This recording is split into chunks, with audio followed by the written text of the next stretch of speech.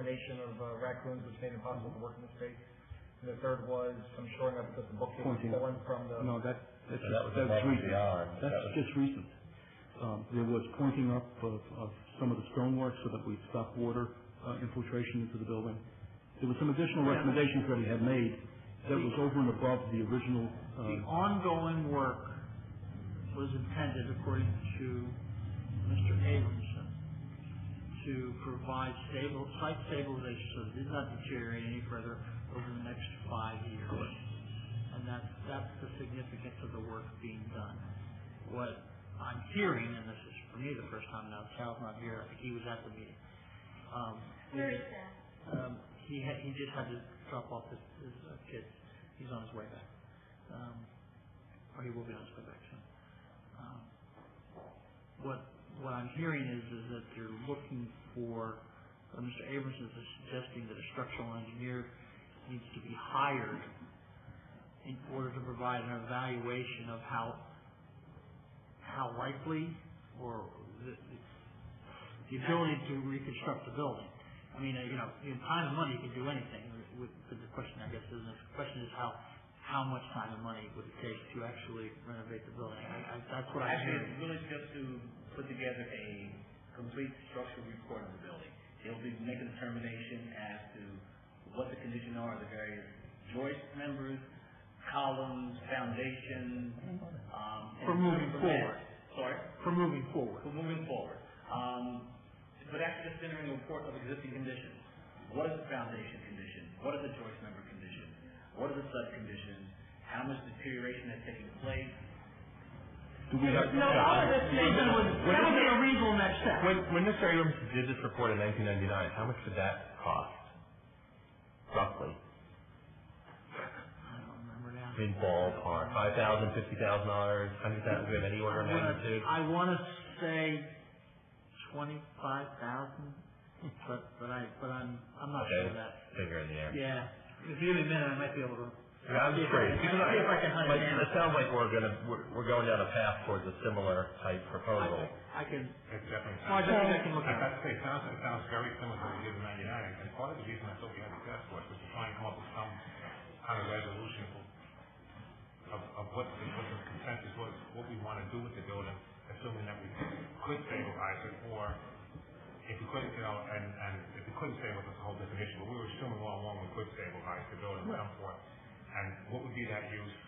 And like whether we sell the property or try and go for grants or something like this. It sounds like we're trying to go back, take a step backwards, not really backwards, take a step back. Well, I can say get cost estimates and let the cost of the project decide whether we want to go forward with anything or not. So if this comes in with $10 million as the estimate, then we're going to say no. And if it comes in $1 million, we're going to say yes. I'm just not really sure. Well, I can say that the task force was taking it back also in the same way you were, because the task force was doing exactly what we spoke about. We sat down in meetings, trying to make a determination what we felt was the best use for the building, how we should go forward with it, what would make the best sense. Because everyone went with the assumption based on what we had read before that the building was in a condition that could be rehabilitated. That possibly if it was not, or other things prevailed, that there would be other choices we could make. And continually tried during the period I was there to get Mr. Abramson to the meeting to have that discussion.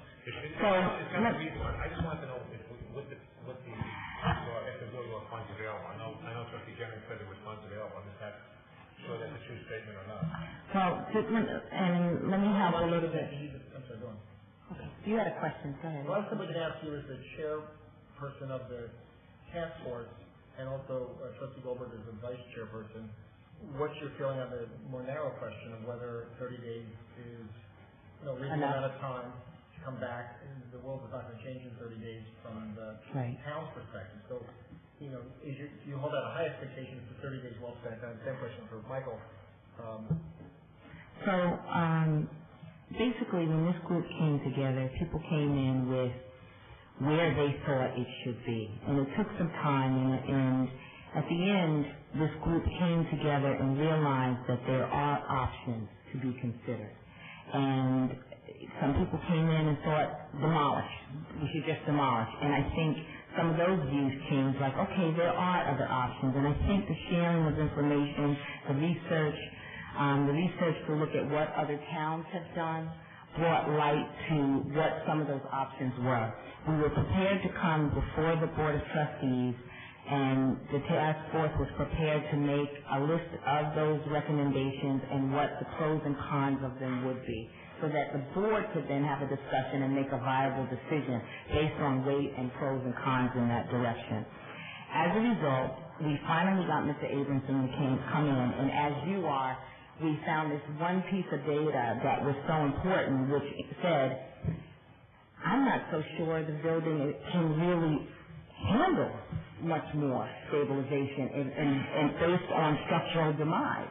So at that point, we kind of said, well, wait a minute. We can't go to the Board of Trustees and make a recommendation of all these options and we thought were good options if we really can't, or the cost to do it is going to be so much that it's not going to make sense for us. So we thought to step back, unanimously the committee agreed to step back, take the 2 weeks that he said he could come back to us and get that pertinent data so that we could give you a full report. And that's all. This committee worked hard. They want to be able to give as much information within a 90-day period as they can. Now, 90 days is not a long time to make a full determination, and we were coming forward to say that. You can't. The group of doctors work hard coming together bi-weekly now. Yes, and they have. And so they've come with a lot of options, realistic. They've weighed it out back and forth with pros and cons, and they just wanted to have this gap of not having that cost and whether or not we really could go forward with these options. And we think in order to deliver this to you, you need that. I think, I mean, it's very simplistic. It's either the building can be stabilized or not. But given, just make an assumption, the building can be stabilized, let's take a look at what the options that you put on the table and look to see if they're viable or not. I think we can make a decision on that basis. If the building cannot be stabilized, then that's simple. It's one of the other options is to demolish it. But I think right now we could, I think logically, look at what you have on the table. They could give you the report. They want to give you a full report. They want to come committed and walk away feeling that they did. What you're saying is for you to accomplish that, we have some significant number of dollars to expend to get to that point. We're expecting information before that, Howard. I mean, he is going to try and get someone to go out and look at this and come back, and it's a two-phase approach. It's, yes, we looked at it. We do think there's some structural damage that may prevent us from doing this, and to get a further estimation may cost us this. We may have enough data to turn around at that point and say, okay, we're going to finish our report and let you know. Is that the expectation that this first look at it can make a decision saying that the building cannot be saved or not saved? Well, he's going to get a structural. That's what I heard. He did. I think we said he's bringing one of his guys out. He's bringing structural engineers out. Yeah, his two guys. I thought he was saying to give us an estimate to how much it would cost for them to give us an analysis of what can be done. Actually, what I said was he was going to come out. We felt that we could not send him out to do the analysis until we got the cost from him in order to do so. Okay. That the idea and the plan is to have him do the analysis, but of course, before he does it, we want the cost. After we get the cost, he will proceed with the analysis. He will, within that time frame, generate a report for us, and that report will be incorporated into the report that we present to you. One of the other issues regarding that, and when you talk about the fact that the building can be demolished, we had a discussion about the demolition of the building. And I really didn't want to go through all of this here because it was better to have in another session, but just to make sure I get this one point out so people do understand that one of the things we did have a discussion about was, in a way, the demolition of the building is, can it be demolished? And when we had the discussion, demolition of that building is not a simple go to the zoning board, go to the building permit, planning department, and get a permit to demolish. You will have to be registered from both the state and the national registry, which in and of itself could be either a very quick process, which is highly unlikely, since most likely you get any opposition, you will go on to a long trial and proceed in order to do that. And one of the things that came up with that is if you are looking to do something like that, and given the fact that will probably be an extensive period, whether it's a year or 2 years, whatever it might be, that you may as well do a lot of things within a parallel tracking. So there's been a lot of discussion, a lot of options raised, and a lot of ideas thrown out, and the idea of demolishing versus saving versus rehabilitating versus public use versus private use were all discussed, all being put together and drafted into a report to be presented to the board of trustees. And at the point in time